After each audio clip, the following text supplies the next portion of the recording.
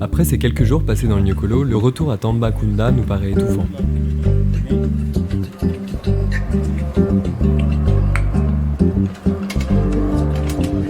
On repart heureusement vite en taxi-brousse, direction Ziguinchor, capitale de la Casamance, région la plus riche et touristique du Sénégal.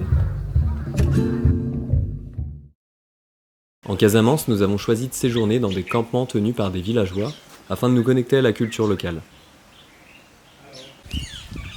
À peine arrivé dans le campement des Manaillés, véritable havre de paix, Maxime nous accueille en partageant le thé.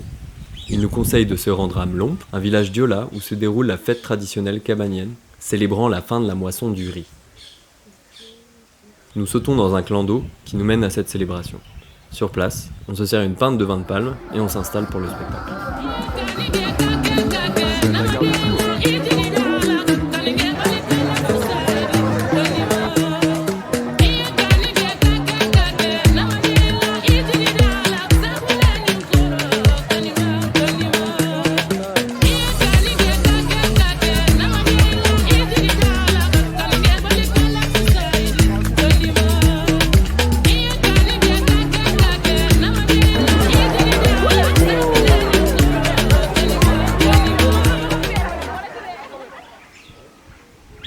On n'a pas compris grand chose de cette fête. On a vu des hommes travestis pour l'occasion, des futurs mariés paradant et des combats de lutte un peu partout.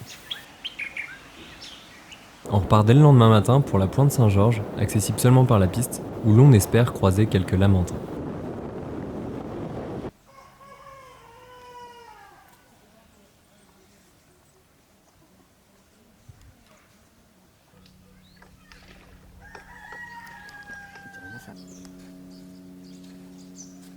On déguste de délicieux produits de la mer, et on observe les dauphins qui jouent autour de ce rafio, qui a malgré tout son charme.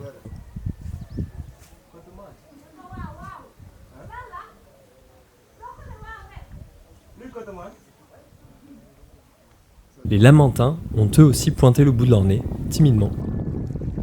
Aussitôt repartis, on trouve un piroguier pour se rendre sur l'île de Carabane, réputée paradisiaque.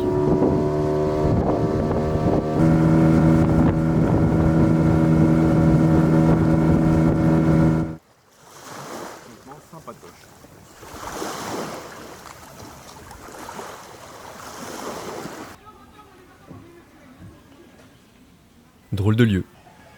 Cette école spéciale servait pendant la période coloniale de maison de redressement. Aujourd'hui en ruine, elle accueille cependant de bien curieux pensionnaires.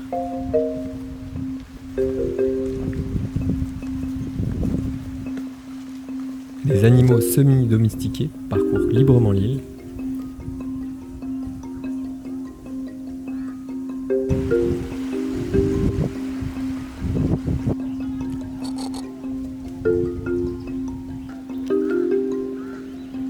Mais hormis une balade dans la mangrove, la drôle de tombe d'un capitaine colon enterré debout pour mieux voir ses ennemis, magnifique imbécile, on a vite fait le tour de Carabane et ses plages paradisiaques.